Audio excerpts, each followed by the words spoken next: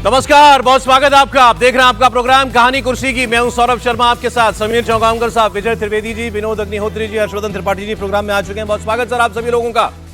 वक्फ कानून के बाद आपने देखा जिस तरीके की हिंसा पश्चिम बंगाल के अंदर हुई, 3 जिले आग में जलते रहे, हिंदुओं को उनके घर में घुसकर 2 पिता और पुत्र की हत्या कर दी गई, पुलिस की गोली से एक व्यक्ति के मारे जाने की आशंका है, उसकी बात वहां पर की जा रही है।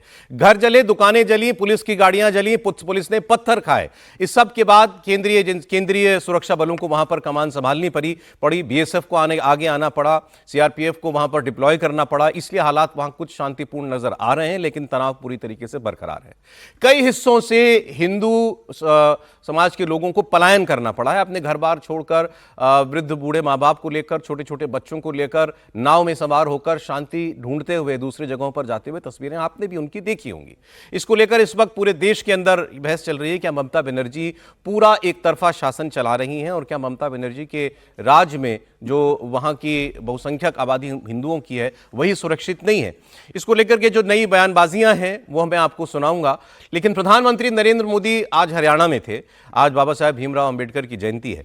इस मौके पर वो बात कर रहे थे और वक्फ कानून का भी जिक्र उन्होंने किया और वक्फ कानून के बहाने बताया कि कांग्रेस पार्टी ने कैसे बाबा साहब के बनाए हुए संविधान की ऐसी की तैसी कर दी। ये शब्द उनके हैं। उन्होंने कहा ये वक्फ कानून कांग्रेस पार्टी ने बनाया और उसको लगातार मजबूत करती आई, वक्फ कानून को नाजायज शक्तियां देती रही और 2013 में जो उसने संशोधन किया वो तो ऐसा था जिससे बाबा साहब अंबेडकर की बनाए हुए इस संविधान की धज्जियां उड़ गईं। प्रधानमंत्री ने ये बात कही तो उनको जवाब भी मिला, कांग्रेस पार्टी की तरफ से उन पर पलटवार भी किया गया है, वो भी आपको हम दिखाएंगे। लेकिन वक्फ को लेकर के जो कुछ देश में हो रहा है, प्रधानमंत्री, उनके बाद गृह मंत्री, केंद्र से तमाम मंत्री लोग सब कह रहे हैं कि यह कानून गरीब मुसलमानों के लिए बनाया गया। पश्चिम बंगाल में हिंसा हुई तो ममता बनर्जी ने भी पूछा कि हिंसा आप किस लिए कर रहे हैं, मैं ये कानून तो यहां लागू होने नहीं दूंगी, आपकी 1 इंच जमीन को मैं किसी को हथियारने नहीं दूंगी और कानून मैंने नहीं बनाया, केंद्र ने बनाया है, तो फिर वहां हिंसा क्यों हो रही है? ये सवाल तो हम भी लगातार पूछ रहे हैं। लेकिन आज तुष्टीकरण की जब बात चली है तो प्रधानमंत्री कांग्रेस पर बोल रहे थे और वहीं से फिर हम बंगाल में जो तुष्टीकरण की राजनीति होती है उसकी बात करेंगे। तो पहले आपको प्रधानमंत्री की बात मैं सुनवाता हूं और उस पर चर्चा करेंगे। उसके बाद बंगाल से बहुत सारे बयान हमारे पास आ रहे हैं। बंगाल की सरकार में जो तत्व ऐसे बैठे हैं जिन्होंने पहले इस वक्फ के नाम पर आंदोलनकारियों को, प्रदर्शनकारियों को हवा दी, लगा था कि जब वहां हिंसा हुई तो कम से कम ये तो ठंडे पड़ेंगे, लेकिन उनके बयान अभी भी जारी हैं, वो भी मैं आपको सुनाऊंगा। और वहां पर विपक्ष में है भारतीय जनता पार्टी, वो कह रही है कि अब बंगाल के अंदर हिंदू बिल्कुल सुरक्षित नहीं है। उसकी बात बाद में करेंगे, पहले प्रधानमंत्री की बात सुनिए। चुनाव जीतने के लिए, तुष्टीकरण की राजनीति के लिए, वोट बैंक की राजनीति के लिए 2013 के आखिर में, आखिरी सत्र में कांग्रेस ने इतने सालों तक चल रहे वक्फ के कानून में आनन फानन संशोधन कर दिया ताकि चुनाव में वोट पा सके। वोट बैंक को खुश करने के लिए इस कानून को ऐसा बना दिया कि बाबा साहब आंबेडकर के संविधान की ऐसी की तैसी, संविधान से ऊपर कर दिया। ये बाबा साहब का सबसे बड़ा अपमान का काम था। साथियों, ये कहते हैं कि उन्होंने मुसलमानों के हित में किया।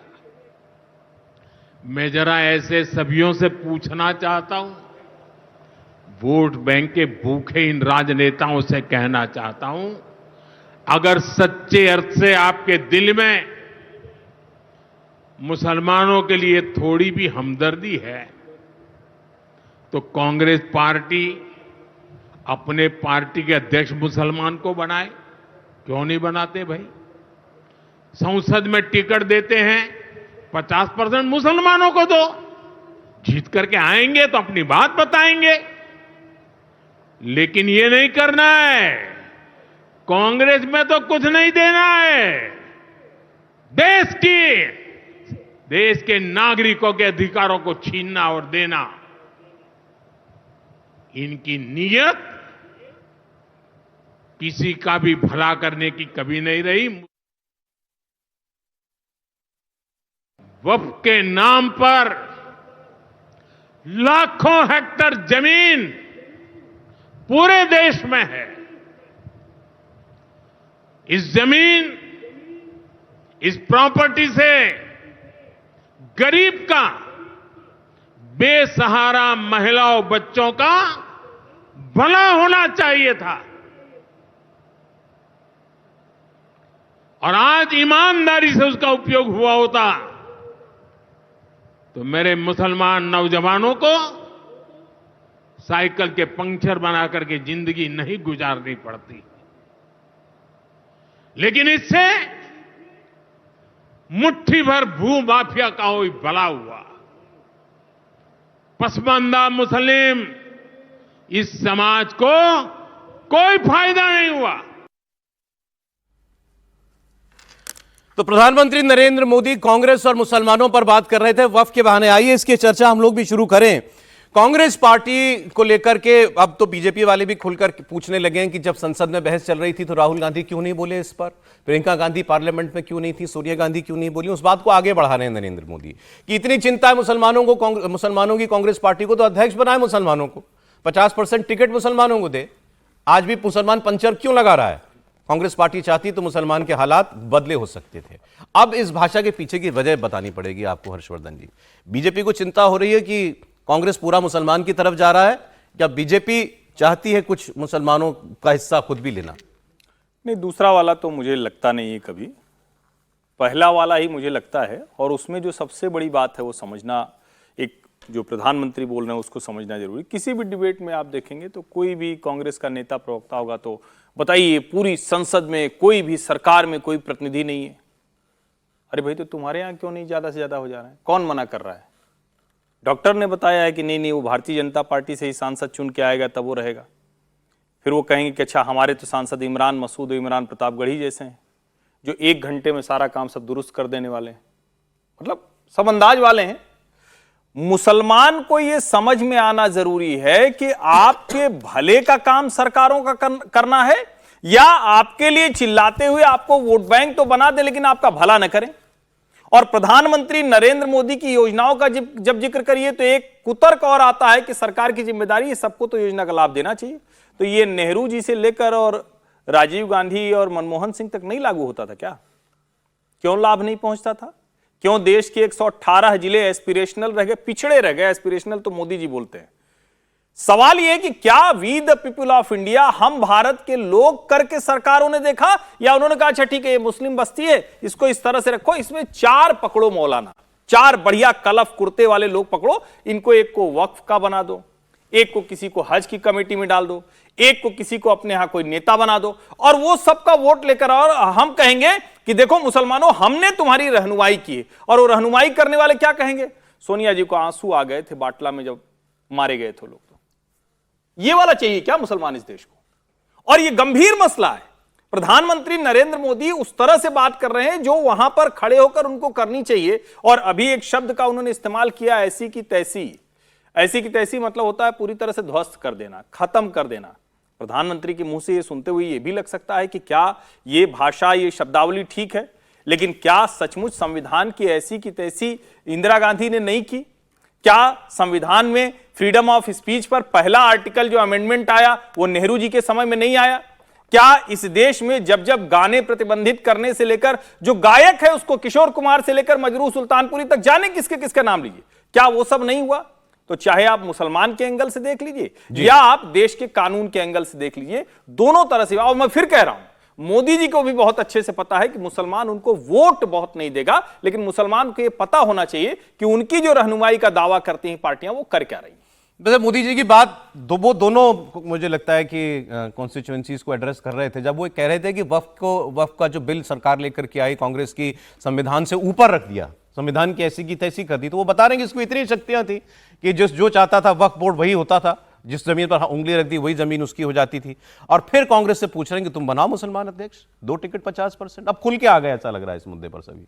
विजय जी, बिल्कुल ठीक बात है कि वो खुलकर अब ये हिंदू मुसलमान का जो राजनीति है उस पर भारतीय जनता पार्टी आई गई है। और कांग्रेस को चैलेंज भी वो कर रहे हैं कि बनाइए मुस्लिम अध्यक्ष बनाइए यदि आप मुस्लिम तुष्टिकरण। ये भी बात ठीक है कि पिछले 50-60 साल में 70 साल में कांग्रेस ने मुस्लिम का तुष्टिकरण किया, इसमें कोई बात ही नहीं है, तुष्टिकरण किया, लेकिन वो दुश्मन की तरह नहीं खड़ी रही, ये भी बात साफ है।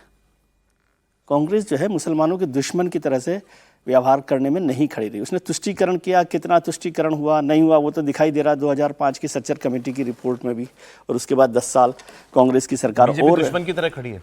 नहीं, ये मैं बात कर रहा हूँ कि कांग्रेस के लिए कम से कम ये नहीं कह सकते आप, ठीक है।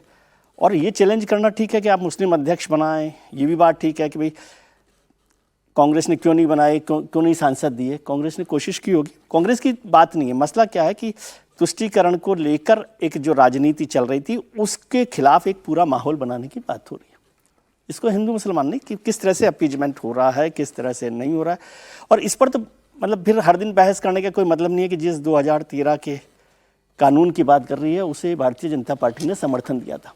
अब वो भारतीय जनता पार्टी ये भारतीय जनता पार्टी वाली थी कि नहीं थी ये मुझे नहीं पता, लेकिन उस भारतीय जनता पार्टी ने उसे समर्थन दिया था, तो इसके लिए भी माफ़ी मांगनी चाहिए कि भाई हमने गलती की थी। यदि वो बिल ठीक नहीं था तो करना चाहिए, कुछ कड़ी बातें भी करनी चाहिए। बिल्कुल ठीक है। हमेशा इस बात पर कि नहीं उन्होंने ऐसी की तैसी कर दी, उन्होंने तो कर दी, आप साथ थे ना उस ऐसी की तैसी करने में। तो और अब जो बदलाव किया गया है उस पर बहस चल रही है, पास हो गया, ये संविधान से पास हुआ, इसमें मैं कोई गैर संवैधानिक नहीं बात समझता कि गैर संवैधानिक हुई है, क्योंकि इतनी लंबी बहस हुई, जेपीसी हुई, सब कुछ हुआ, और यदि उसमें कुछ बदलाव होने हैं या टिप्पणी होनी है तो सुप्रीम कोर्ट में हियरिंग हो रही है जी, वो देखेगा तो किस तरह से मसला होता है। लेकिन सवाल यह है कि क्या आपने सबसे बड़ी पार्टी होकर प्रतिनिधित्व दिया मुसलमानों को, ये एक बड़ा सवाल है ना।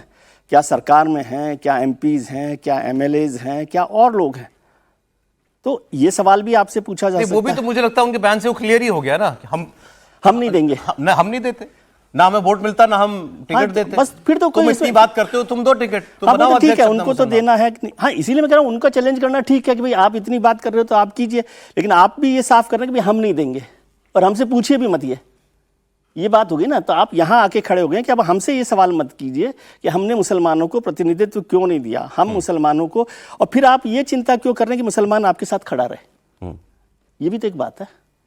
और वक्फ को लेकर जितना आंदोलन चल रहा है वो एक तरीके से चल रहा है। मुर्शिदाबाद में जो हुआ उसकी बात तो हमें करनी चाहिए कि नहीं कर रहे हैं, उसी की बात करेंगे सर आगे। मैं सर बंगाल वाले बयान भी सुना दे रहा हूं, फिर आप लोग अपनी प्रतिक्रिया दीजिएगा इस पर भी। अभी उन्होंने मुसलमानों के तुष्टीकरण पर बोल रहे थे, जो बंगाल में हुआ वो तुष्टीकरण के लिए ही हुआ, क्योंकि बंगाल में अगर आप भड़कीले जहरीले भाषणों को देने की आज़ादी किसी को देंगे, कलकत्ता शहर के अंदर आप आज़ादी देंगे कि ट्रकों में भर भर के मदरसों के लोग और स्पीकर लगा करके गाड़ियों के ऊपर आए और क्या नारे बजाते हुए शहर में दाखिल हो रहे थे, वो वीडियो आपने भी देखे होंगे। वो कह रहे थे अभी खामोशी है, बड़ा शोर आएगा, आज कुत्तों का दिन है, हमारा दौर आएगा, ये नारे लग रहे हैं लाउड स्पीकर लगा करके बंगाल में। और भीड़ नारे लगाती है हम संविधान नहीं मानेंगे, संविधान नहीं मानेंगे, और हाथ में तिरंगा लिया हुआ है।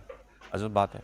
ये सब कुछ हुआ, उसका नतीजा इस वक्त आप ये देख रहे हैं। एक उन्मादी भीड़ जो है एक गांव में घुसती है और गांव में एक मकान के अंदर पिता पुत्र परिवार थे, देवी की मूर्तियां बना करके, कितना गरीब आदमी होगा जो देवी की मूर्ति बना करके अपना पेट पाल रहा होगा, उसे चाकुओं से गोद के दोनों बाप बेटे को मार डाला। लेकिन वहां पर मांग किस चीज की हो रही है? वहां मांग सरकार में वो व्यक्ति जो कह रहे थे कि मैं मंत्री हैं, 5 लाख की भीड़ इकट्ठा कर सकता हूं, कभी भी कलकत्ता जाम कर दूंगा, वो कह रहे हैं बीएसएफ की गोली से एक मुसलमान मारा गया, इसका हिसाब करो पहले, सबसे पहले उसकी बात हो। कांग्रेस ने बोला, कांग्रेस दोनों तरफ खेलना चाहती है। कांग्रेस कह रही है मुसलमानों को जिहादी कहने का मौका दे रही है बीजेपी को टीएमसी, साफ साफ अभी भी नहीं। और भारतीय जनता पार्टी यह कह रही है कि हमारी सरकार आती है तो जिस मस्जिद से दंगों का ऐलान हुआ हम उसे नहीं चलने देंगे। सुनिए, कोई समझौता का बात नहीं है, सीधे सीधी बात होनी चाहिए कि हम लोग इस कानून को रद्द करते हैं। बंगाल में हमने 1 करोड़ दस्तखत के लिए हमने कहा है। ममता सरकार तो आप मंत्री है चूंकि आप ये भी कह रहे हैं कि भाई हम लागू नहीं होने देंगे अपने राज्य में, वहीं पे एहतजाज भी कर रहे हैं, क्या फायदा उस मुखालफत का? एहतजाज का मतलब है कि पब्लिक में अवेयरनेस, ये कानून मुल्क के लिए जमहूरियत के लिए, दस्तूर के लिए, पब्लिक के लिए, मुसलमानों के लिए, सेकुलर फोरम के लिए सब तकलीफ दे बात है। लेकिन बस लोगों की जो मौत हुई उसकी जिम्मेदारी पश्चिम बंगाल सरकार लेगी। नहीं, गलत। पश्चिम बंगाल सरकार की क्या हैसियत इसमें? मारे गए ना लोग, जो मारे गए बीएसएफ की गोली से मारे गए। There is an allegation that with the help of BSF, there is a deep-rooted conspiracy here to malign West Bengal, to create some scenes in those areas, so that BJP and opposition can use those scenes as their political platform, because BJP has no issue here. स्थिति ऐसी नहीं है कि जहां पे Hindu sir उठा के जी सके, फ्रीडम के साथ जी सके, अपनी रिलीजियस जो आइडेंटिटी है उसके साथ जी सके। और जो लोग मुर्शिदाबाद डिस्ट्रिक्ट से भागकर रिफ्यूजी बनकर मालदा गए हैं, वो लोग वापस लौटने की स्थिति अभी तक तैयार नहीं हुई है। हम वादा करते हैं बीजेपी के क्षमता में आने के बाद, बीजेपी के पावर में आने के बाद ऐसी घटना अगर जो घटाते हैं उनको डायरेक्ट एक्सपोर्ट करने की जो जिम्मेदारी है वो बीजेपी की सरकार की होगी, बीजेपी की पुलिस की होगी। दूसरा, हम ऐसे कानून लाएंगे जिसके द्वारा मंदिर और हिंदुओं के जो घर तोड़े जाएंगे, वो जिन दंगाई तोड़ेंगे उसका प्रॉपर्टी नीलाम करके वहां से पैसा दिया जाएगा हिंदुओं को। ऐसे कानून हम लाएंगे। जो दंगा करेगा उसका प्रॉपर्टी सरकार ले लेगी और सरकार उसको नीलाम करेगी। नीलाम करके हिंदुओं के जो घर तोड़े गए हैं उस घर निर्माण का काम बीजेपी की, भाजपा की सरकार करेगी। और जिस मस्जिद से या कोई भी रिलीजियस प्लेस से अगर इंस्टिगेट किया जाता है या वहां उसके माइक से अनाउंस किया जाता है कि आप मैदान में उतरो, उस मस्जिद को या कोई भी रिलीजियस प्लेस को बंद कर देंगे, हम नहीं चलने देंगे। और ऐसे अगर कानून पश्चिम बंगाल की अगर प्रेजेंट सरकार भी बनाती है तो हमारे एमएलए सारे उनको सपोर्ट करेंगे और ये कानून बनने के बाद पूरे दंगे जो है वो बंद हो जाएगा। बीजेपी सांप्रदायिक ध्रुवीकरण करेगी, इसमें कोई नई बात नहीं है। आम मुसलमानों को जिहादी कहने की मौका बंगाल की सरकार नहीं तो दे रही है बीजेपी पार्टी को। और इसके सुविधा किसकी होती है? टीएमसी मतलब सत्तारूढ़ पार्टी को और बीजेपी को। ध्रुवीकरण जितनी होगी, आम लोगों की जो मौलिक समस्या है वो समस्याओं को लेकर चर्चा नहीं होगी और अंतिम में बीजेपी और टीएमसी की लाभान्वित होंगे। और इसी दिशा में दोनों ने ही ये रास्ता अपनाई। मैं मानता हूं दंगा हुआ होती है जहां सरकार चाहती है। कभी गोधरा में हुई थी, सरकार चाहती थी। कभी बंगाल में हो रही है, वो भी सरकार की मर्जी के अनुरूप हो रहे हैं। दंगा तभी होते हैं जब सरकार चाहते हैं, ये मान के चलिए। अभी आपने जो ये टीएमसी या कांग्रेस और बीजेपी के नेताओं की बात सुनी है, बिल्कुल क्लासिक केस है कि पार्टी की लाइन ऐसे माहौल में जो है कैसे दी जाती है। जहां जिसकी सरकार है, तृणमूल कांग्रेस की, जहां दंगा हो रहा है, आग लग रही है और वो आपका वोट बैंक है, आपका वोटर है, तो आप उसको कैसे बचाते हो? सारा का सारा ब्लेम किसी और के ऊपर डाल दो। क्या बोल रहे हैं कांग्रेस, तृणमूल कांग्रेस के प्रवक्ता? ये बीएसएफ और बीजेपी की साजिश है। दंगा जो हुआ बीएसएफ वालों ने कराया दंगा। कमाल की बात है। बीएसएफ को तो आपकी सरकार के प्रशासन ने चिट्ठी लिख के बुलाया कि हमसे नहीं संभल रहा, आओ, हमारी पुलिस मार खा रही है। आपके प्रशासन ने चिट्ठी लिख के बुलाया तृणमूल कांग्रेस के। और सिद्दीकुल्ला चौधरी तो अब क्या करें, इनको शर्म आए ये भी कहते हुए लग रहा है हम अपने ही दो शब्द बर्बाद कर रहे हैं। सरकार में मंत्री और ऐसी बात करने वाला व्यक्ति कह रहा कोई नहीं मरा और पुलिस की गोली से मरा। अरे पूरी दुनिया ने देख ली वो तस्वीरें तो बाप बेटे की, जो जमीन पर जिनके शव पड़े हुए चाकुओं से गुदे हुए। बोलने के लिए एक शब्द नहीं है इनके पास। और कांग्रेस पार्टी दोनों तरफ खेल रही है कि इनको जिहादी कहने का मौका दे दिया ममता बनर्जी की सरकार ने। अरे तुम तो पहले जो है उसको बोलो। वो जिहादी भीड़ थी ना जो घर में घुसी, उनके तुम्हारा वो क्यों नहीं खुलता बोलने के लिए? लेकिन वो कान घुमा के पकड़ना है उनको, आगे हम बुरे ना बने, लेकिन ममता बनर्जी की सरकार को कुछ कह भी दें। और बीजेपी वही बात कह रही है जो वो कह सकती है कि हम आएंगे तो हम करेंगे, तब तक जो चल रहा है वो चलता रहेगा। सर देखिए, पहली बात तो जो मंत्री हैं, क्या नाम है उनका? सिद्दीकुल्ला चौधरी साहब, उनको शर्म आनी चाहिए कि वो मौत को भी बांट रहे हैं कि किसमें पुलिस। मैं कह रहा हूं कि जो पिता पुत्र मारे गए निर्दोष, जिनका कोई लेना देना नहीं था, उनको उनकी हत्या हुई, सबसे पहले तो उसके लिए उनको निंदा करनी चाहिए और अफसोस प्रकट करना चाहिए था। ठीक है, जो बीएसपी गोली से जो युवक मरा उस पर भी अफसोस प्रकट कर देते, उसमें मुझे कोई एतराज नहीं है। वो जैसा भी था, वो दंगा कर रहा था या नहीं कर रहा था, लेकिन मौतों को मत बांटिए कम से कम। अरे सर, ये इतना गांधी गांधी करते हैं। गांधी जी ने चौरी चौरा कांड के बाद वापस ले लिया था अपना आंदोलन पूरे देश का। गांधी जी की तुलना आप किससे कर रहे हो? गांधी जी की तो आज बाबा साहब की जयंती है, उस पर आपने कहा बाद में बात करेंगे, तो मैं उस पर अभी नहीं कर रहा हूँ। लेकिन गांधी जी को छोड़ दीजिए, गांधी का तो पैर की धोन भी नहीं है आज के राजनेता, इसलिए मैं गांधी जी के बीच में ला ही नहीं रहा। मैं तो आज के राजनेताओं के मानदंडों में बात कर रहा हूँ। भाई, ममता बनर्जी ने कुछ दिन पहले एक बयान दिया था कि मेजॉरिटी और माइनॉरिटी का रिश्ता क्या होना चाहिए। उन्होंने कहा था कि मेजॉरिटी की जिम्मेदारी है कि वो माइनॉरिटी का संरक्षण करे, उसको उसके हितों का संरक्षण करे, उसका संरक्षण करे, और माइनॉरिटी की जिम्मेदारी है कि मेजॉरिटी के साथ मिलकर चले और उसका सहयोग करे। मुर्शिदाबाद में मेजॉरिटी में कौन है? वहाँ मेजॉरिटी मुस्लिम है। तो ममता जी के हिसाब से वहाँ जिम्मेदारी मुस्लिम्स की है, उस वहाँ मुस्लिम जनता की है कि वो अपने जो माइनॉरिटी अल्पसंख्यक हिंदू हैं या जिस भी दूसरे भी धर्म के भी हैं, क्रिश्चियन भी हैं, सिख भी हैं, जो भी हो वहाँ, उनकी हिफाजत करे। ये उनकी जिम्मेदारी है। तो ये ममता जी के ही शब्दों के आधार पर मैं उनकी सरकार के कामकाज को तोल रहा हूँ। और अगर पलायन की जैसे बात सामने आ रही है, ये सारी बातें शर्मनाक हैं और ममता जी को समझना चाहिए कि इससे कोई तृणमूल कांग्रेस की सरकार की इज्जत में चार चांद नहीं लग रहे हैं। आज उंगली उसी पर उठ रही है और जितनी जल्दी हो सके वो हालत को सामान्य करें। चुनाव होता रहेगा, देश में हर साल 5 साल में चुनाव आएंगे, लेकिन ये जो घाव, जो दरार जो बन रही है ना दोनों समुदायों के बीच में, ये लंबे समय तक जो है पाटना मुश्किल हो जाएगा। इसलिए बहुत जरूरी है, नंबर 1।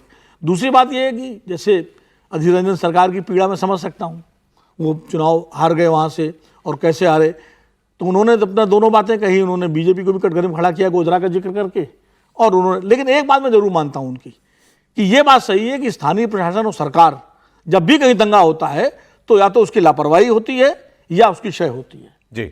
इसलिए मैं एक चीज करके बात हो, अब्दुल रहमान अंतुले मुख्यमंत्री बने थे महाराष्ट्र के, समीर भाई बैठे हुए हैं तो महाराष्ट्र के जानकार हैं, उन्होंने मुझे खुद बताया था कि मुख्यमंत्री बनते ही मैंने सारे डीएम और एसएसपी को संदेश दिया कि अगर तुम्हारे राज्य में, तुम्हारे जिले में दंगा हुआ तो बाकी जांच बाद में होगी, पहले तुम्हारी ऊपर खिलाफ कार्रवाई होगी। और 18 या 22 महीने मुख्यमंत्री रहे, दंगा नहीं हुआ।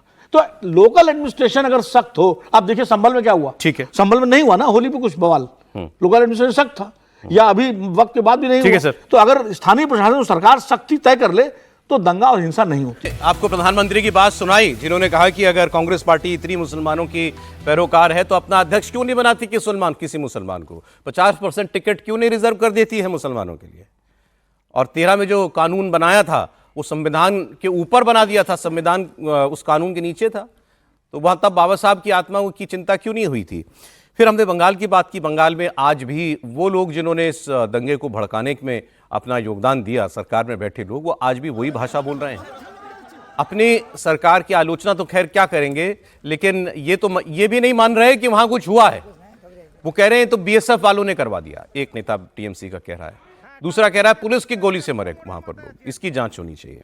अब मैं आपको और लोगों के बयान दिखाता हूं। मौलाना मदनी, पहले उन लोगों की बात जो वक्फ के नाम पर चाहते हैं कि पूरे देश में किसी तरीके से मुसलमान सड़क पर निकल आए, तो उसी में मौलाना मदनी है जमीयत उलमा हिंद वाले, और इनका कहना है कि ये वक्फ का मामला ही नहीं है, ये तो राजनीति का मामला है, लेकिन हम लड़ेंगे और अगर जरूरत पड़ी तो सब्र करेंगे। अभी ये सब्र का पीरियड चल रहा है या लड़ने का पीरियड चल रहा है, ये वही बताएं। इमरान मसूद कांग्रेस पार्टी के सांसद हैं, ये कह रहे हैं जिस दिन हम आ जाएंगे 1 घंटे में इलाज कर देंगे। किसका? अवधेश प्रसाद, ये भी समाजवादी पार्टी के सांसद हैं, ये कह रहे हैं हम आएंगे तो 48 घंटे में वक्फ का कानून हटा देंगे। तो इनकी बात मैं आपको सुना रहा हूं। अच्छा, एक मौलाना साहब रह गए, ये मौलाना नियाज हैं, ये कह रहे हैं कि ये सारा का सारा जो भी मामला इस वक्त आप देख रहे हैं ये डेमोक्रेसी वर्सेस डिक्टेटरशिप है। तो ये जो जिहादी वहां निकले थे मुर्शिदाबाद में, ये डेमोक्रेसी बचाने के लिए निकले थे शायद उनके हिसाब से। तो सुन लीजिए आप इन लोगों की बातें, मौलाना मदनी, मौलाना नियाज, इमरान मसूद, अवधेश प्रसाद। मामला वक्फ का नहीं है, मामला पॉलिटिक्स का है। मुसलमानों के नाम पर, मुसलमानों के खिलाफ, मुसलमानों के लिए कभी हमदर्द बन के और कभी गाली दे के हमदर्दी के पीछे भी गाली ही छुपी हुई है। इस एक्ट को दुर्भाग्य के साथ, दुर्भावना के साथ, दुर्भावनापूर्ण एक्ट है ये अमेंडमेंट है।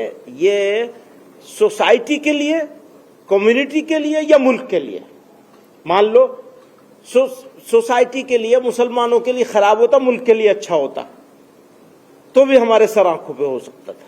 हाँ ठीक है, थोड़ा तकलीफ होगी, बर्दाश्त कर लेंगे, कोई बात नहीं, देश का भला हो जाए। न देश के लिए, न कॉमन सोसाइटी के लिए, इंडियंस के लिए, और न ही मुसलमानों के लिए, किसी के लिए ये कानून सही नहीं है और इस तरह के अमेंडमेंट सही नहीं है।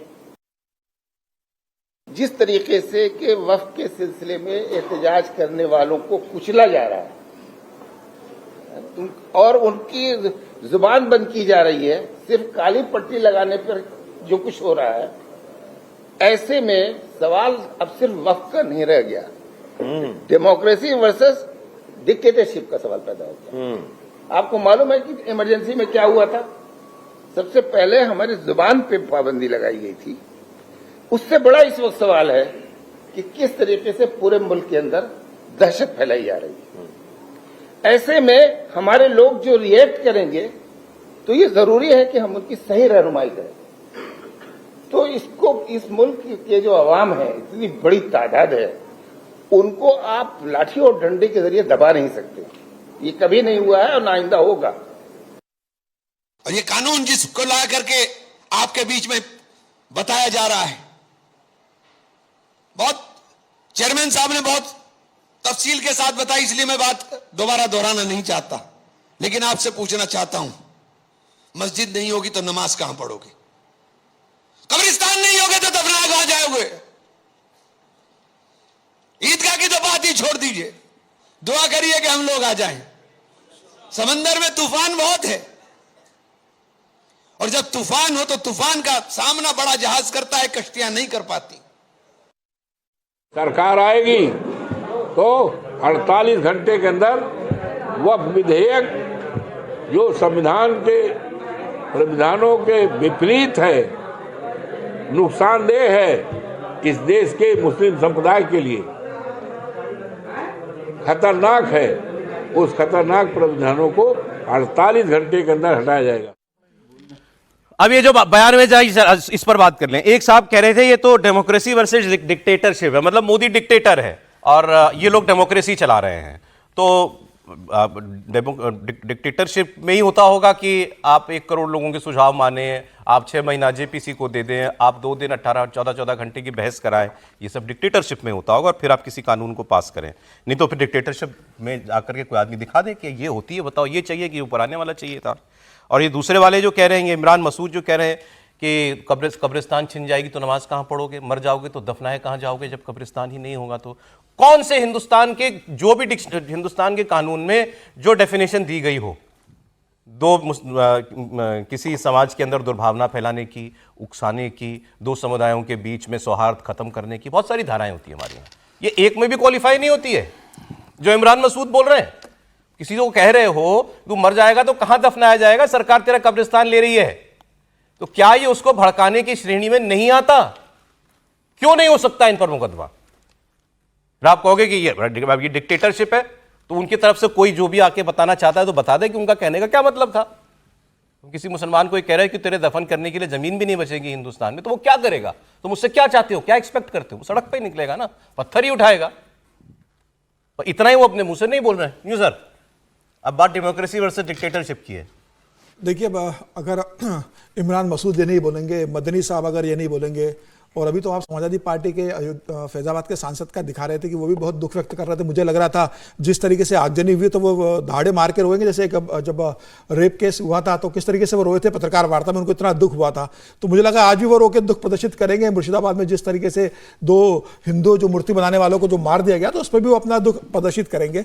देखिए, इस समय मुसलमानों में एक स्पर्धा चल रही कि कौन हुसैन सोहरावर्दी बनेगा। जो बंगाल के मुख्यमंत्री रहे हुसैन सोहरावर्दी, जब उन्होंने डायरेक्ट एक्शन डे डिक्लेयर किया था, उनके नेतृत्व में हिंदुओं को जो काटा गया था, तो ममता बनर्जी अब बेसिकली हुसैन सोहरावर्दी की भूमिका निभाने चाह रही है। उन्होंने डायरेक्ट एक्शन डे बोला था, ममता बनर्जी इनडायरेक्ट अपने कैडर को मैसेज दे रही है कि भाई अब चुनाव नजदीक है, आप अपनी अपनी तैयारी शुरू कर दो आज से, जिससे जब वोटिंग हो तो एक तरफा वोट मुझे मुसलमानों को मिले, न कांग्रेस रहे न लेफ्ट बचे। तो मुझे लग रहा है कि आज जिस स्टेज पर ये लोग लगे, और मुझे लग रहा है बार बार आप कह रहे हो कि संविधान के खिलाफ बना हुआ है, तानाशाही से पास हुआ बिल है, और बिल में मुसलमानों के खिलाफ है कि आपकी कब्रिस्तान नहीं रहेगा तो आप कहां पे दफनाओगे, आपकी ईदगाह नहीं रहेगी, आपके दरगाह नहीं रहेंगी, आपकी मस्जिदें छीन ली जाएंगी, आप कहां जाकर नमाज अदा करोगे। तो इन लोगों को वो बिल लेकर आना चाहिए। बिल के अंदर वो बताना चाहिए कि इस बिल में ऐसा कौन सा प्रस्ताव पास हो गया है, बिल में ऐसा क्या परिवर्तन हुआ है कि आपकी जो मस्जिद जहां नमाज अदा करने जाते हो वह अब आप नमाज अदा नहीं करोगे। क्या एक जगह इस तरह का जिक्र हुआ है? तो मुझे लगता है कि जो बार बार जो मुसलमानों को भड़काने का काम विपक्ष खास तौर से कर रहा है, मुस्लिम नेता कर रहे हैं, अब गरीब मुसलमानों के समझने का समय कि वो कब तक इनके हथियार बनेंगे। 3 तलाक पे उनको भड़काने की कोशिश की थी, सीएए पर उनको भड़काने की कोशिश की थी, राम जन्मभूमि का जब निर्माण हो रहा था उस समय भड़काने की कोशिश की थी कि आपके बाबरी के ऊपर बना हुआ है, आप अपने धैर्य की क्यों इनको भड़काने का मौका क्यों दिया जा रहा है? इसलिए क्यों नहीं कार्रवाई होती इनके ऊपर? नहीं, अब सरकार तो कार्रवाई जो भी आदमी बोल रहा है, जो कलकत्ता का मंत्री, अब कलकत्ता यही डेमोक्रेसी है। जिस सरकार है, नरेंद्र मोदी को तानाशाह बोलते हैं और कहते हैं कि तानाशाही का रवैया आप अखरा रहे हैं, उसी प्रधानमंत्री मोदी के नेतृत्व में, उसी भारतीय जनता पार्टी के तीसरे कार्यकाल में भी आप देश भर के अंदर आंदोलन कर रहे हो, आप इस तरह के बयान दे रहे हो, उसके बाद सरकार आप पे कार्रवाई नहीं कर रही है। आपके फ्रीडम ऑफ स्पीच का सरकार इतना सम्मान करते जा रही है और वहां पे लक्ष्मण रेखा लांग रहे हो। अगर आज सरकार कार्रवाई कहेंगे तो आप कहेंगे हमें बोलने की आजादी नहीं है, हमारी जबान बंद कर दी जा रही है। लेकिन आपको ये बोलने की आजादी है कि आप देश के अंदर एक तनाव का माहौल बना रहे हो, आप दंगा उत्पन्न करने की कोशिश कर रहे हो, आप एक समुदाय से कह रहे हो कि आज सड़कों पर निकलिए, हिंदुओं को मारिए। और मुर्शिदाबाद में जिस तरीके से मारा गया है, और अबू ताहिर खान जो मुर्शिदाबाद के सांसद है, वो तो कह रहे हैं ना कि अभी तो शुरुआत हुई है, अभी तो मुसलमान जागा है, अभी उसको होश में आने में समय लगेगा। ये तो मुर्शिदाबाद का अगर सांसद ये कहता है, ममता बनर्जी अगर उनको सपोर्ट कर रही है, तो मुझे लग रहा है कि आने वाले दिनों में बंगाल की स्थिति और बुरी होगी। लेकिन पूरा हिंदुस्तान ये देख रहा है, पूरे बंगाल के हिंदू ये देख रहे हैं कि ममता बनर्जी किस तरीके से तुष्टिकरण की राजनीति करने वाली है। ममता बनर्जी को आने वाला चुनाव बहुत भारी पड़ने वाला है। Sir, freedom of speech is not absolute, ये तो तय हमारे यहाँ प्रिंसिपल है ना, तो वो कैसे तय होता है कि जैसे उन्होंने कहा कि लक्ष्मण रेखा रांगी गई है? अब नहीं, बिल्कुल सही है। फ्रीडम ऑफ स्पीच जो है एब्सोल्यूट नहीं होती, उसकी भी एक सीमा होती है, संविधान दायरा होता है। और लेकिन ये फिर ये सब पर लागू होना चाहिए, बिल्कुल होना चाहिए, ये सिलेक्टिव नहीं होना चाहिए। फिर कोई कथावाचक कह दे कि मैं एक ऐसा गांव बनाएंगे जहां सिर्फ हिंदुओं का प्रवेश होगा, तो उस पर भी लागू होना चाहिए। तो मुसलमानों को क्या कह रहा है वो? सिर्फ हिंदू, गैर हिंदू आ ही नहीं सकता वहां उसमें। तो अगर आप गैर हिंदू कह रहा है मुसलमानों को मारेंगे? नहीं, तो इन्होंने कहा मारेंगे हिंदुओं को। इमरान मसूद ने यही तो कहा कि हम कानून में 1 घंटे में बदल देंगे, यही तो कहा ना। मैं कह रहा हूँ इमरान मसूद पर भी कार्रवाई हो, ऐसे तत्वों पर भी कार्रवाई हो, वो भी तो संविधान के विरोध की बात है ना। कोई गजवाए हिंद की अगर बात करता तो वो भी संविधान विरोधी है, कोई हिंदू राष्ट्र की बात करता वो भी संविधान विरोधी है। आज बाबा साहब अम्बेडकर की जयंती है, इसलिए ये बात बहुत जरूरी है। बाबा साहब ने कहा था कि हमें ना हिंदू राष्ट्र चाहिए ना मुस्लिम राष्ट्र चाहिए, हमको प्रबुद्ध और समर्थ भारत चाहिए, हमको शिक्षित भारत चाहिए, संगठित भारत चाहिए। तो बात फिर ये इमरान मसूद भी उतने बड़े जिम्मेदार हैं इस तरह के, या जो भी इस तरह के भाषण दे रहा है।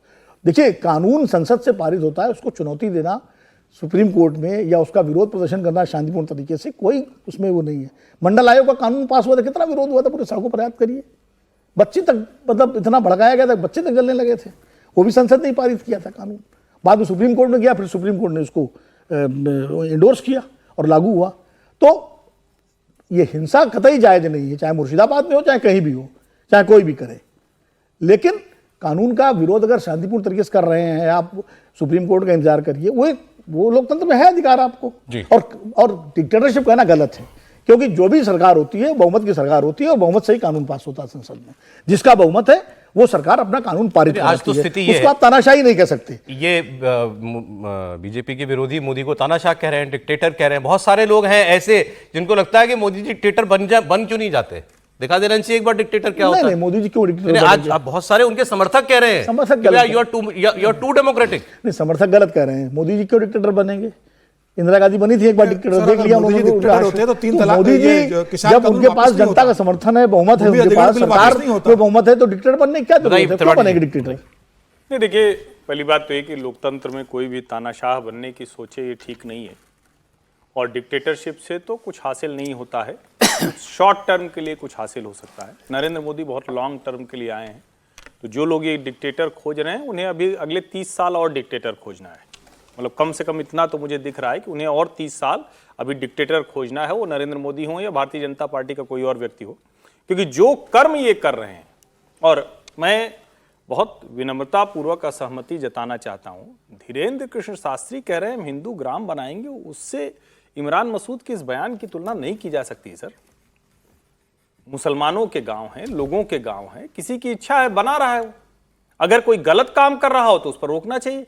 ये भड़का रहे हैं, अगर किसी समय में कोई गलत काम करेगा तो उसके उस बयान पर उस पर भी कहना चाहिए, लेकिन इन दोनों की तुलना करना ठीक नहीं, क्योंकि ऐसे होता क्या फिर जो विषय होता है उससे उलट चला जाता है मामला।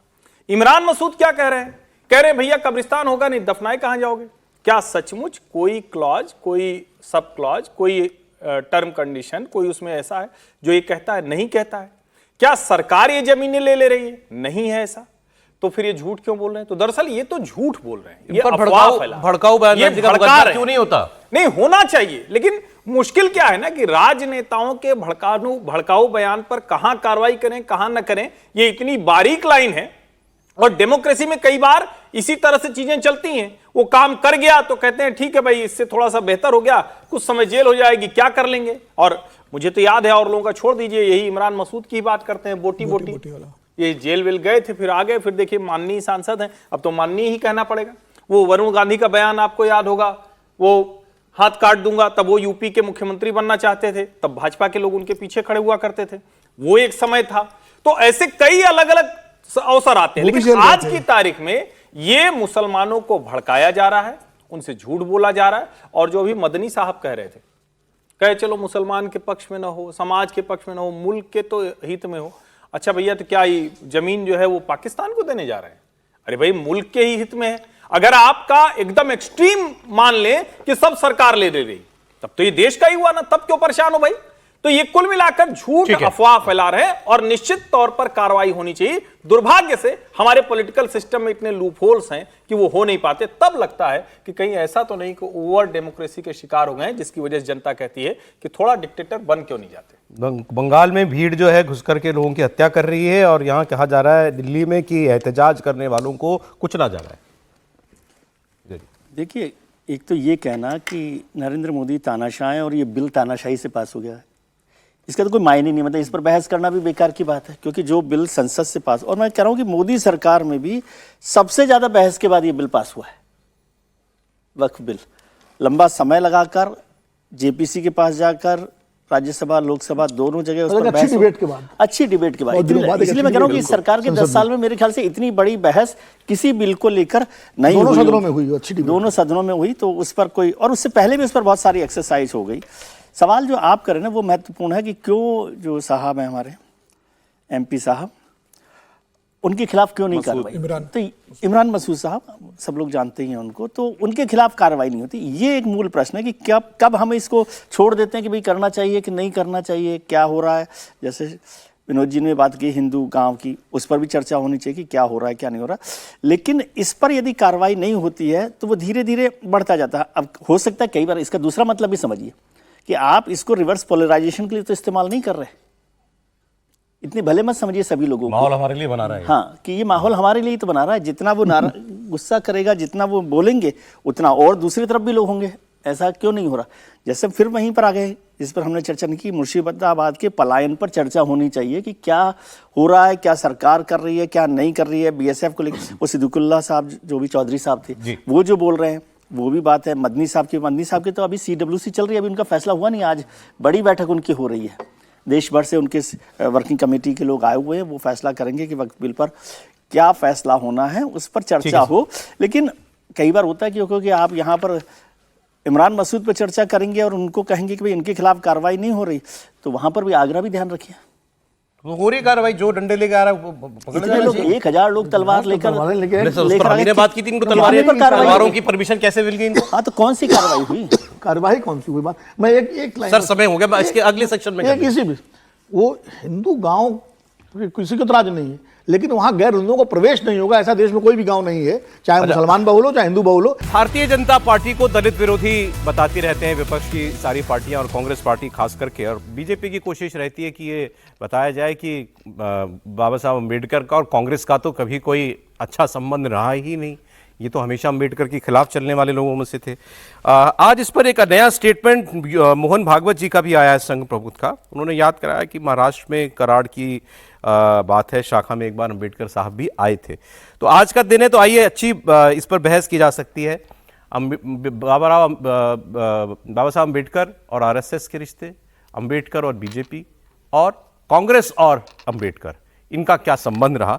तो मैं आपको 3 बयान इसमें दिखा रहा हूं। योगी आदित्यनाथ का भी आज बयान आया, उन्होंने कहा अम्बेडकर सामान्य पुरुष नहीं थे, वे एक महामानव थे। तो नरेंद्र मोदी, मोहन भागवत, योगी आदित्यनाथ, इनकी बात सुनिए आप, और उसके बाद कुछ और खबरें उत्तर प्रदेश से, उसकी बात हम करते हैं। सुनिए। जब तक बाबा साहब जीवित थे,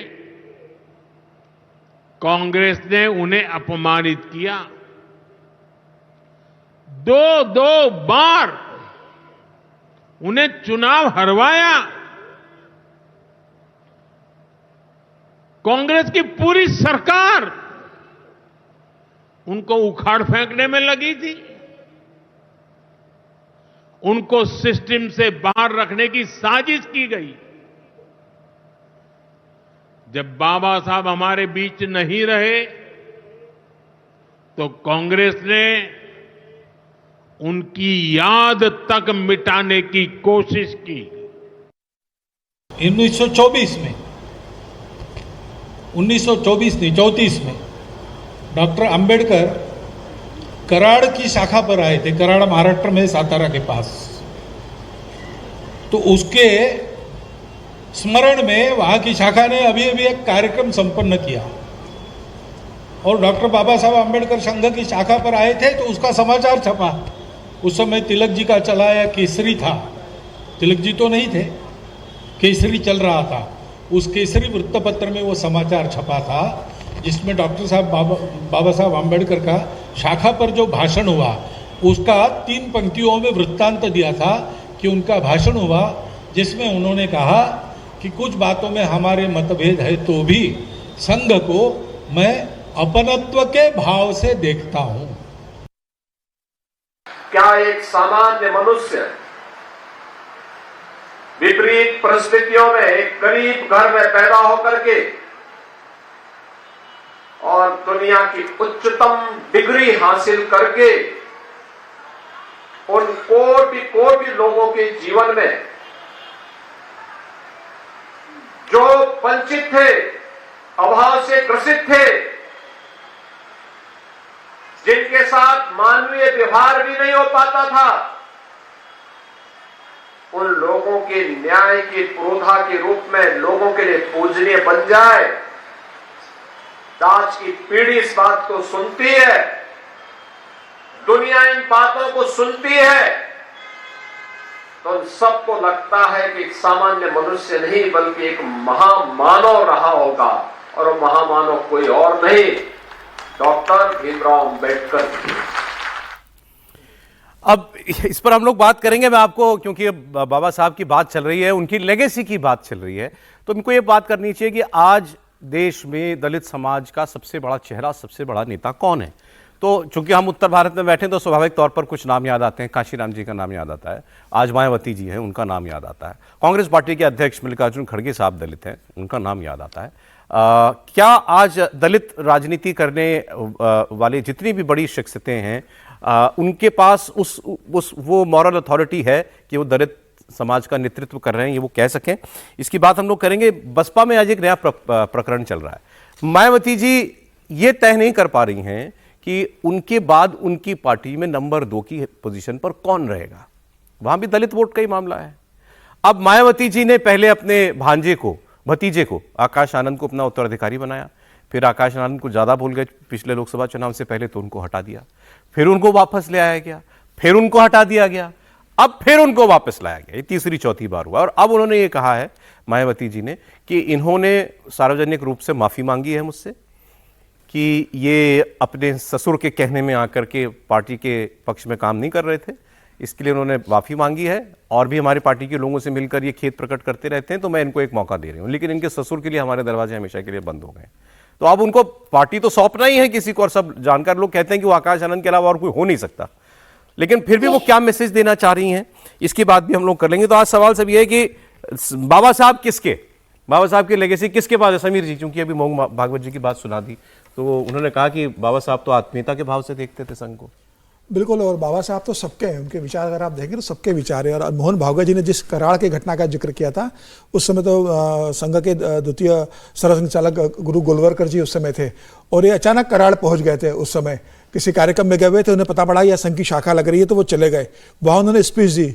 बाद में गुरु गोलवलकर जी को पता पड़ा कि बाबा साहब अम्बेडकर आए थे। उन्होंने चिट्ठी लिखी बाबा साहब अम्बेडकर को कि आप आए शाखा में, अच्छा लगा, आप समय मिले तो आप नागपुर में भी आइएगा। उसका जवाब अम्बेडकर जी ने चिट्ठी से दिया था गुरु गोलवलकर जी को, और कहा था कि संघ में मुझे जो सबसे अच्छी बात पसंद में आती है कि ये संगठन में जातिवाद नहीं है, यहाँ सभी जाति के लोग मिलकर बैठकर प्रार्थना करते हैं, मिलकर बैठकर खेलते हैं और साथ में मिलकर भोजन करते हैं। जब मैं कराड़ की इसमें गया था आपके शाखा के अंदर, तो मैंने वहाँ पूछा था कि इसमें से कितने दलित है, तो 4 बच्चों ने हाथ उठा के बताया था कि मैं दलित हूँ। जब मैंने पूछा तो मुझे मालूम पड़ा कि ये दलित है, और मुझे वहां कहीं ऐसा नहीं लगा। बाद में उन्होंने साथ में बैठ के वहां नाश्ता किया। तो संघ जिस तरीके से सभी को साथ लेके चल रहा है, संघ की खूबसूरती है।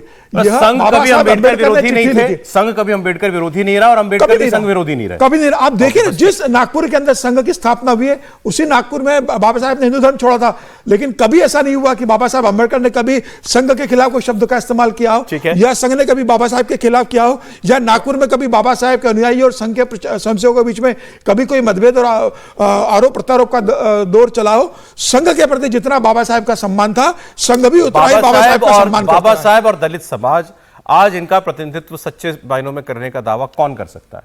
कांग्रेस, बीजेपी, मायावती जी जैसी पार्टियां, या कोई और नेता? विजय जी, दावा तो कोई भी कर सकता है कौन? कोई भी नहीं है, कोई नहीं। हाँ, यदि सही मायने तो। और सब लोग उनकी जो लेगेसी है उसको अपने साथ जोड़कर अपने को बड़ा करने या उसका जो फायदा है उठाने की कोशिश कर रहे हैं। कांग्रेस का जिक्र तो सारा इतिहास में है ही कि किस तरह से किया गया। अंबेडकर का विरोध कांग्रेस ने किया, उनको हराने का काम, लेकिन वो एक पॉलिटिकल वो था। ये भी सच है कि कॉन्स्टिट्यूशन कमेटी का चेयरमैन भी उन्होंने ही बनाया। कॉन्स्टिट्यूशन असेंबली में जिस तरह से उनकी वापसी हुई है वो भी नेहरू ने की है, ऐसा नहीं है कि वो भी उनकी है। और पूरे कॉन्स्टिट्यूशन का जो क्रेडिट है वो अंबेडकर को देने का काम भी कांग्रेस ने किया, नेहरू ने किया। भारतीय जनता पार्टी से ज़्यादा आरएसएस, क्योंकि भारतीय जनता पार्टी उस समय नहीं रही थी, जनसंघ था, आरएसएस था। आरएसएस की रिलेशनशिप में कोई कंट्राडिक्शन बहुत उनके साथ नहीं रहा था, लेकिन कांग्रेस, आरएसएस और अंबेडकर साथ रहे हो ऐसा कभी नहीं है।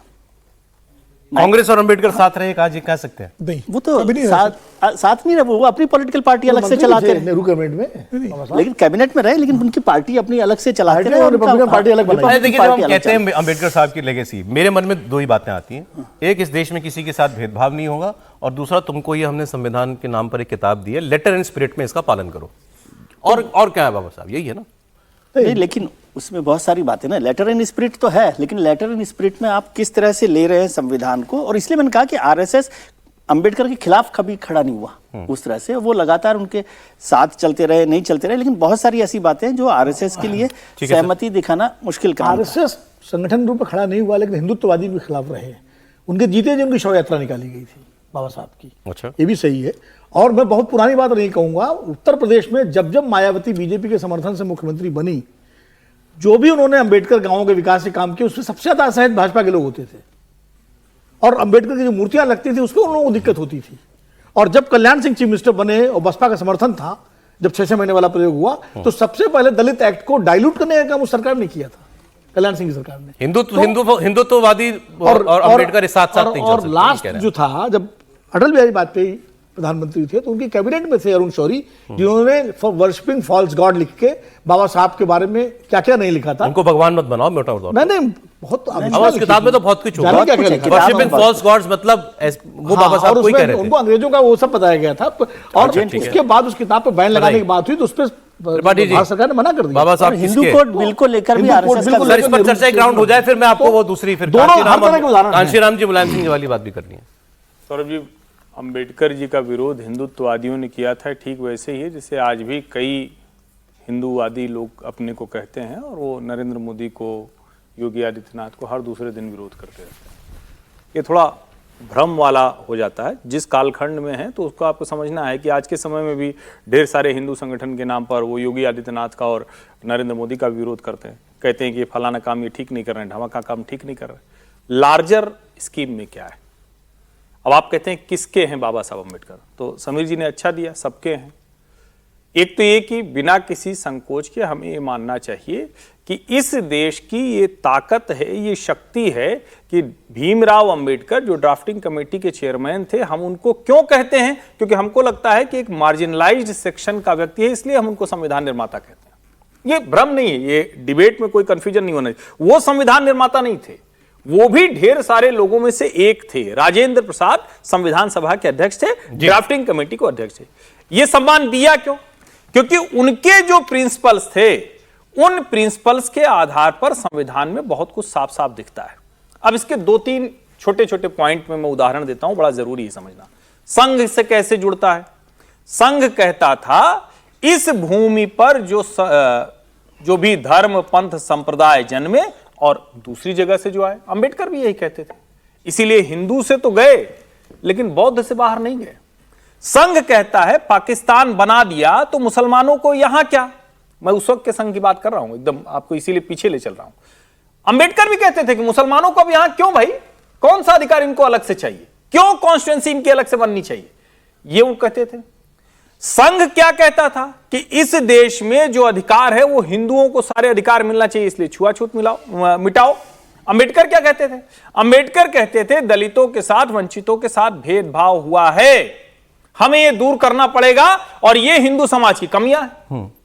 दोनों एक तरह से एक दूसरे को कॉम्प्लीमेंट करते थे।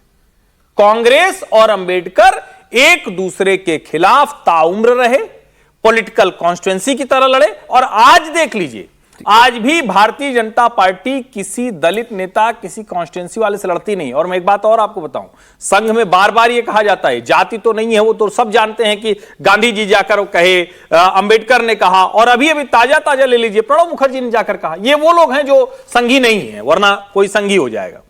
अब इससे आगे आप कहेंगे तो क्या कहेंगे?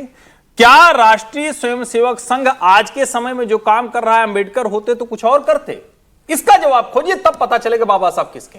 एक कुआं, एक श्मशान, एक मंदिर। क्या अंबेडकर जी इससे अलग कोई आंदोलन चलाते? सभी योजनाओं का लाभ उन लोगों को, अंबेडकर का विचार अंबेडकर जी इससे अलग चलाते? तो आगे बढ़ा रहे हैं उनका दावा आरएसएस। नहीं, ये तो ठीक बात है। यही तो मैं कह रहा हूं कि अब जो है आरएसएस और बीजेपी दोनों ही उसको बढ़ा रही है आगे। और नरेंद्र मोदी सरकार ने तो, यदि आप एग्जीक्यूशन के लेवल पर देखें तो अंबेडकर के जो पंचतीर्थ बनाए वो भी उन्होंने बनाए, वो महू हो, चाहे नागपुर हो, या वो दिल्ली का अलीपुर रोड हो, या लंदन हो, तो वो सब भी उन्होंने काम किया। और आज दलितों की संख्या सबसे ज्यादा भारतीय जनता पार्टी के साथ है, इसमें भी कोई बात नहीं। लेकिन शुरुआती दौर की मैं बात कर रहा हूँ कि और ये जो अभी हर्षी ने बात की, वो तीनों बातें ठीक है, लेकिन वो आइडिया एक था पॉपुलेशन एक्सचेंज का, वो आइडिया अंबेडकर साहब का था। अब आज हम उस पर चर्चा नहीं करते, फुल एक्सचेंज होना चाहिए, हाँ, किस तरह का होना चाहिए, वो भी बहुत बड़ी बात है। अच्छा, राहुल गांधी की बात, क्योंकि अभी बात हम करें, अभी अधिवेशन में एक बात और जान लेनी चाहिए कि दीक्षा भूमि पर जब बुद्ध धर्म में परिवर्तन किया उन्होंने, हिंदू से बौद्ध बने, उससे पहले वो इस्लाम भी अपनाना चाहते थे लेकिन इस्लाम नहीं अपनाया, उसका भी उन्होंने बहुत लंबा जिक्र किया। बौद्ध धर्म जब अपनाया तो 3.5 किलोमीटर का डिस्टेंस है दीक्षा भूमि और हेडगेवार स्मृति सभागार या महाल, जो भारतीय आरएसएस का ऑफिस है।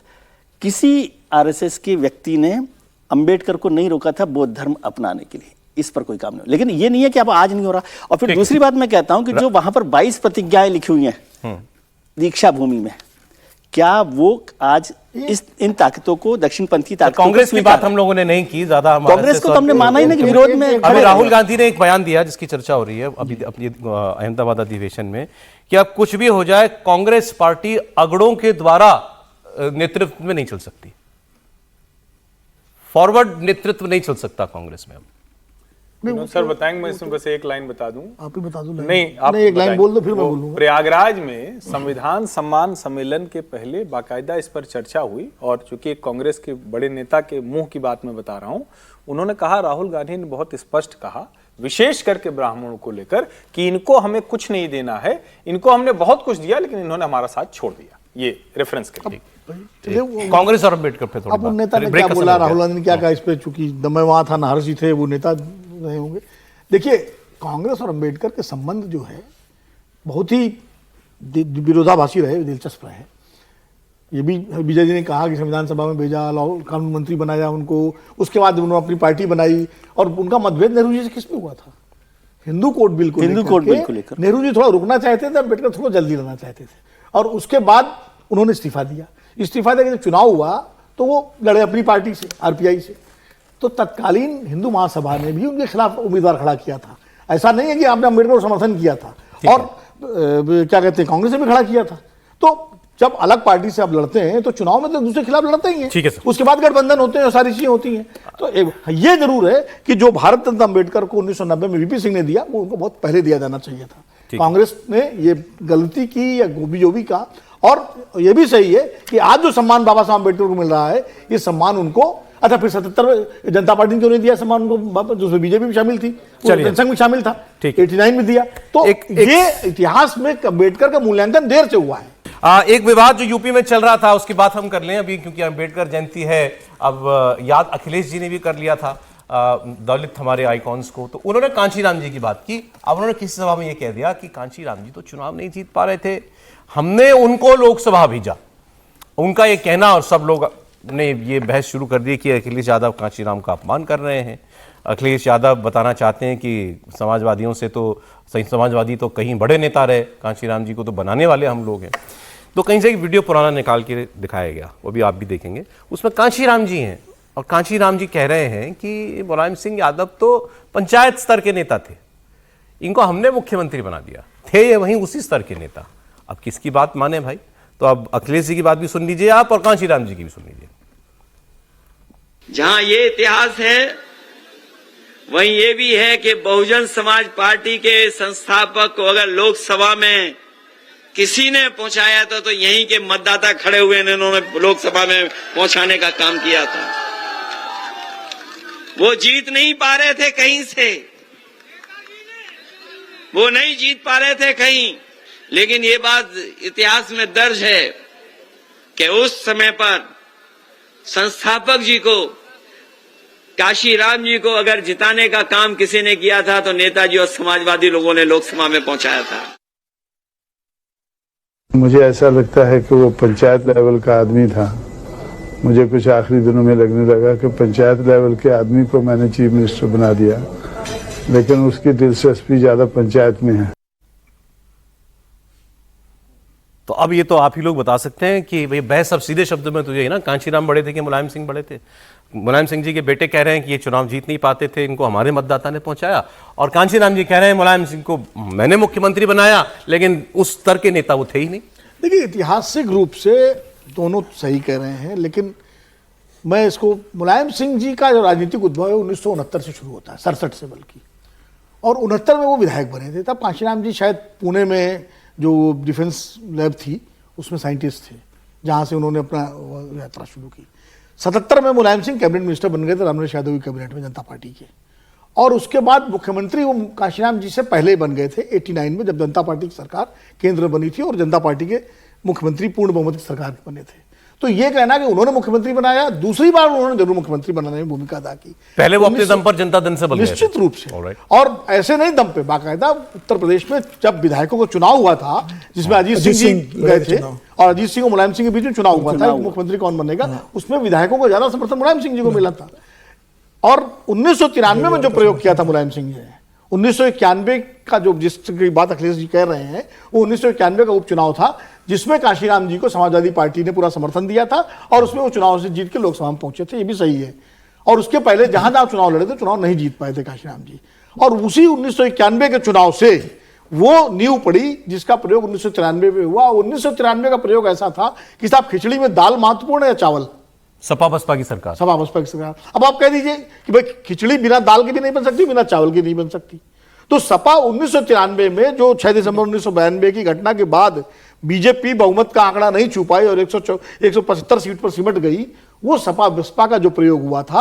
और कांशीराम जी ने खुद मुझसे इस बात पूछा था, मैं बता दूं, जब मैंने उनका इंटरव्यू किया रिजल्ट आने के बाद, तो मैंने कहा कि ये जीत किसकी है, क्या ये धर्मनिरपेक्षता की सांप्रदायिकता पर जीत है? तो उन्होंने कहा कि ये सांप्रदायिक शक्तियों पर जातिवादी ताकतों की जीत है। ठीक है भाई, कौन बड़ा नेता, ये कैसे तय होता है? तो इसका एक ही पैमाना है ना कि आप कितने बड़े, आप समाज के कितने बड़े हिस्से का नेतृत्व कर रहे हैं, और क्या होता है नेता, तो उस पैमाने पर कौन बड़ा? देखिए, दोनों नेता अलग अलग हैं, उनको मैं तो कंपैरेटिव नहीं देखता कि बड़े अखिलेश जी जो बोल रहे हैं या इलेक्शन जीतने से समझते हो, तो बहुत बार इलेक्शन कौन जीता है कौन नहीं जीता है ये बड़ा इशू नहीं है, क्योंकि मुलायम सिंह, जैसे विनोद जी ने भी जिक्र कर दिया, पुराने आंदोलन के साथ जुड़े रहे, विधानसभा भी जीते, दोनों की जर्नी अलग थी, दोनों की जर्नी अलग है। और काशी राम ने, मैं समझता हूँ, अंबेडकर के बाद, मतलब ये बड़ी बात होगी, आज अंबेडकर साहब की जयंती है कहना, लेकिन उन्होंने एक दलित मूवमेंट को एक नई दिशा दी। ऐसा नहीं कि दलित मूवमेंट नहीं चल रहा था, लेकिन खासतौर से पॉलिटिकल दलित मूवमेंट को। मुलायम सिंह जी किस लिए याद किए जाएंगे? वो ओबीसी के लिए और सारा जो पूरी राजनीति थी, समाजवादी आंदोलन को, लेकिन मुलायम सिंह जी ने समाजवादी आंदोलन को खत्म। तो दोनों की तुलना नहीं हो सकती, दोनों की तुलना। लेकिन ये बात भी सही है सर। एक लाइन आपकी तरफ, 2-3 लाइन में जो विजय जी ने कहा उसको और थोड़ा अच्छे से समझिए। मुलायम सिंह यादव समाजवादी धारा के बड़े नेताओं में एक नेता थे। काशीराम दलित राजनीति के अकेले नेता थे, पैन इंडिया नेता थे, देश के हर हिस्से में उनके नाम पर वोट था। जो मायावती और बसपा का वोट आपने देखा, दोनों में जमीन आसमान का फर्क है, दोनों बहुत बड़े नेता थे। लेकिन अखिलेश अपरिपक्व हैं, आज वो जो बता रहे हैं कि काशीराम को हमने जिता दिया। अब ये बताइए सर, 91 का चुनाव जीतने के पहले काशीराम 2 लोकसभा चुनाव हार गए थे। 84 में जांजगीर चांपा जो मध्य प्रदेश में था उस समय, बाद में छत्तीसगढ़ में चला गया, वहां से चुनाव निर्दलीय लड़े थे, हार गए थे। और 88 में वीपी सिंह के खिलाफ वो चुनाव लड़े थे इलाहाबाद से, और तीसरे नंबर पर रहे थे। तब उन्होंने कहा था कि मैं लोकसभा जीत नहीं पा रहा हूं, और तब मुलायम ने कहा था इटावा से चुनाव लड़िए, हम आपको लोकसभा जिता के भेजेंगे। और मुलायम सिंह के कहने पर वो इटावा लड़ने गए, तो मुलायम को अब सर वो मायावती जी और उनके भतीजे वाली बात रह गई, तो भतीजा मन में है या नहीं है? नहीं, भतीजा मन में भी है, दिल में भी है, और पार्टी का भविष्य भी है। क्यों बार बार आकाश आनंद को जो है वो सार्वजनिक तौर से अपमानित करके बाहर करती हैं, फिर अंदर ले लेती हैं, फिर बाहर? देखिए, मायावती की राजनीति ऐसी है, वो सिर्फ अपने भतीजे को ही नहीं, पार्टी के कई नेताओं को उन्होंने सार्वजनिक से अपमानित करके पार्टी से निकाला, और बताना चाहती है कि भाई पार्टी मायावती और बसपा एक ही है, जो मायावती चाहेगी बसपा में ही होगा। और आप कल का घटनाक्रम देखिए, 5:30 बजे आकाश आनंद ट्वीट करते हैं, पूरा माफी मांगते हैं, और 8:30 बजे 3 घंटे के बाद मायावती पार्टी में ले लेती। तो यह स्क्रिप्ट तय थी कि आप सार्वजनिक रूप से माफी मांगेंगे, उसके बाद मैं आपको सार्वजनिक रूप से आपको पार्टी के अंदर शामिल करूंगी। मोटे तौर पर यही दिखाना है कि मायावती इस बसपा, कोई दूसरा है भी नहीं। अगली खबर पर जा रहा हूं मैं। अगली खबर, आज यूसीसी क्यों चर्चा में आया, ये आप देखिए। प्रधानमंत्री ने यूसीसी पर क्या बोला, और यूसीसी लागू करने वाला जो इकलौता हमारा राज्य है उत्तराखंड, वहां के मुख्यमंत्री ने क्या कहा। संविधान की भावना है कि सबके लिए एक जैसी नागरिक संहिता हो, जिसे मैं कहता हूं सेक्युलर सिविल कोड। लेकिन कांग्रेस ने इसे कभी लागू नहीं किया। बाबा साहब ने ऐसे भारत की परिकल्पना की जिसमें सभी को समान अधिकार मिले, समान अवसर मिले, समान गौरव प्राप्त हो। भाइयों बहनों, आदरणीय प्रधानमंत्री श्री नरेंद्र मोदी जी के मार्गदर्शन में हमारी सरकार ने देवभूमि उत्तराखंड में देश की आजादी के बाद पहला राज्य होने का गौरव प्राप्त किया, और बाबा साहब के सपनों के भारत के निर्माण की दिशा में ऐतिहासिक। अंबेडकर जयंती पर यूसीसी की बात क्यों? अब सरकार के एजेंडे में अगला मुद्दा यूसीसी ही है क्या, त्रिपाठी जी? नहीं, इसमें तो कोई संदेह नहीं है, और जिसको हम पहले भी चर्चा करते हुए कह रहे थे, जो कुछ अंबेडकर कहते सोचते थे उसको अगर लागू करने का काम भाजपा कर रही है, तो उसको टालने का काम कांग्रेस पार्टी ने किया। दोनों के पॉलिटिकल एजेंडे थे। कांग्रेस को लगता था कि अगर हम उनके उस पर चलेंगे तो नई कॉन्स्टिट्यूंसी ना क्रिएट हो जाए, भाजपा को लगता है कि हमें वो वाली कॉन्स्टिट्यूंसी अपने साथ लानी है, तो हमें ये काम करना चाहिए। और ये इसके आगे एक लाइन भी बढ़नी चाहिए, जो सेकुलर और सोशलिस्ट घुसा है वो उसके खिलाफ थे अंबेडकर, उसके भी खिलाफ थे, ये भी आप समझिए।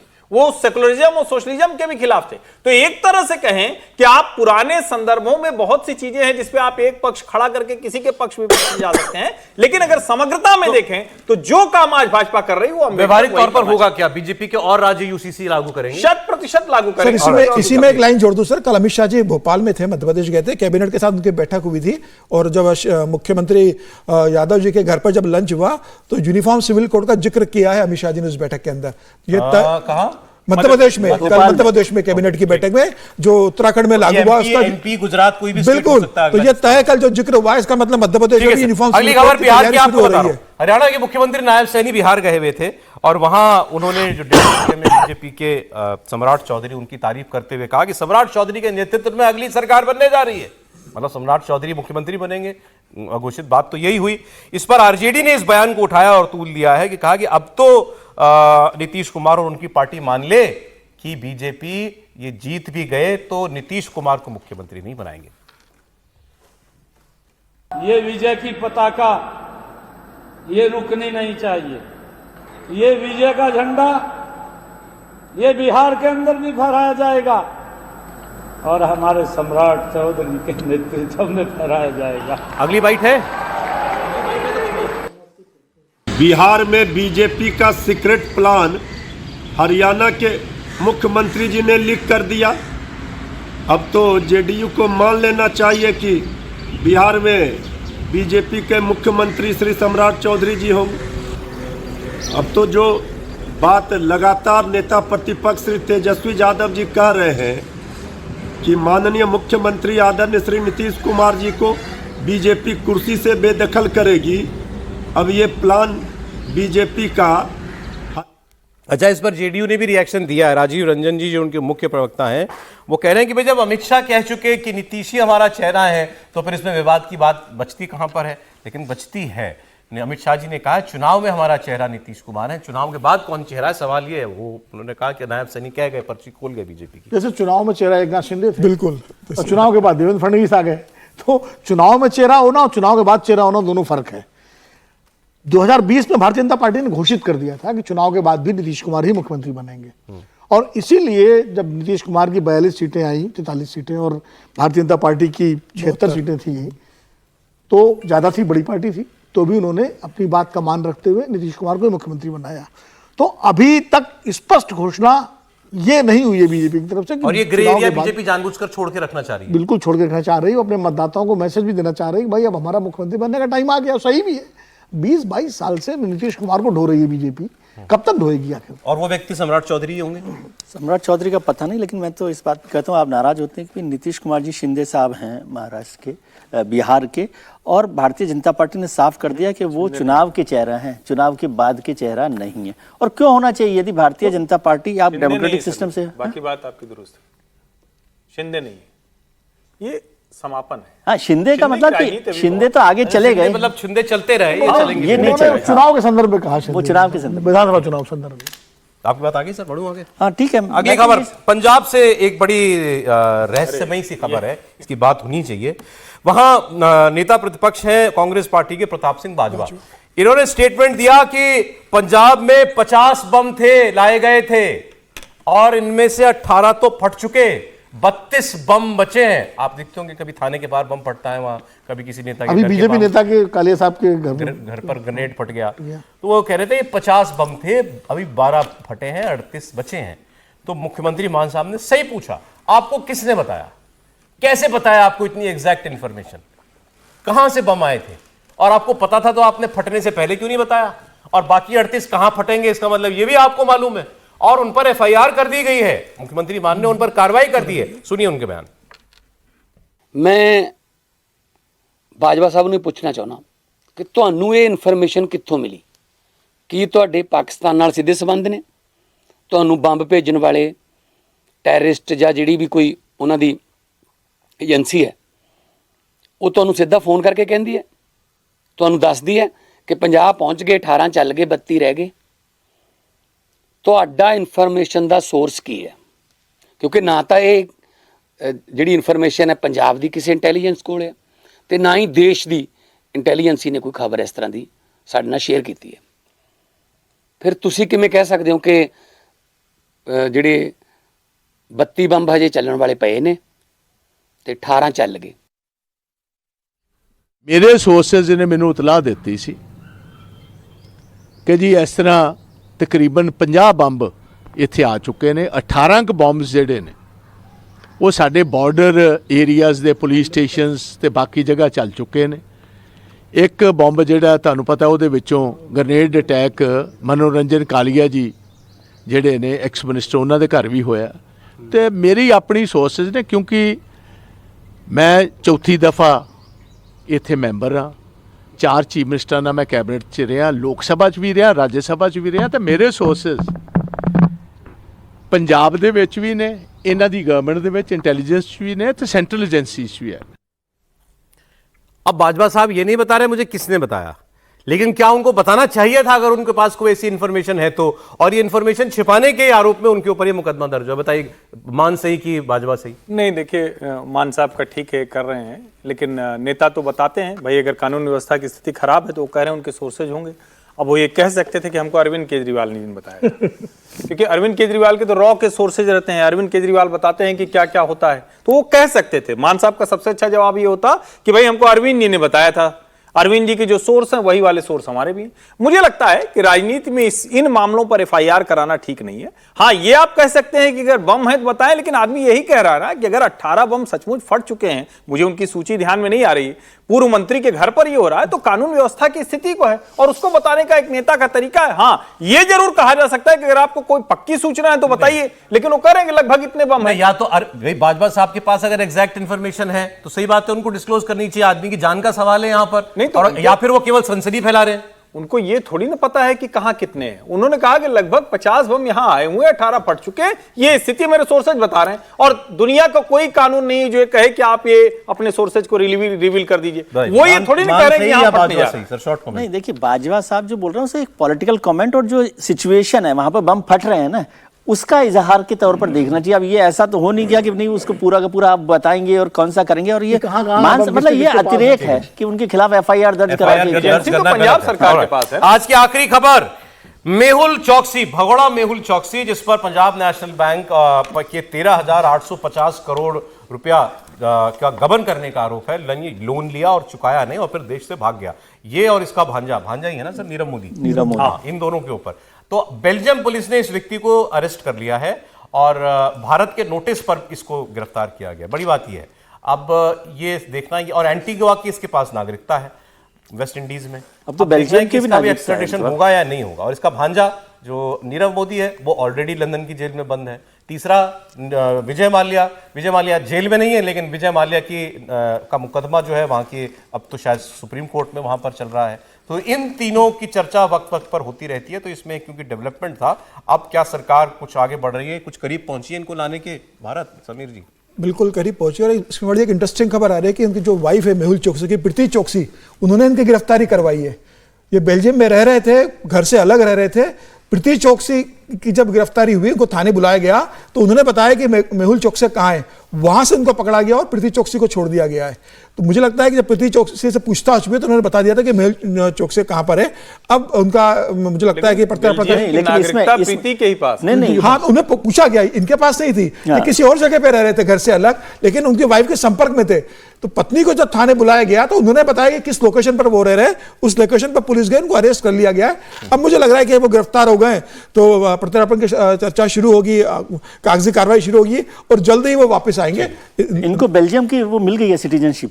नहीं अस्थायी मिली थी वाइफ के पास। हाँ वाइफ के नाम पर ही इनको भी मिल गई है वो जो, हाँ वही रेड सिटीजन कार्ड। देखना है आप देखिए कि ये वापस आते हैं भारत के नहीं आते हैं। बहुत शुक्रिया।